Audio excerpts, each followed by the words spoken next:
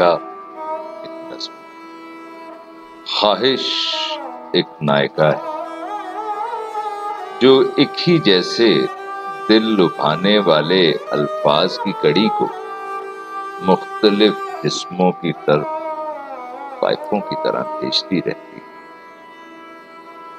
उम्र गुजरने के साथ साथ सबकी सोचें नायका बन जाती हैं। उम्र के इस कोठे पर कई मंजिलें हैं और हर मंजिल पर एक नायका।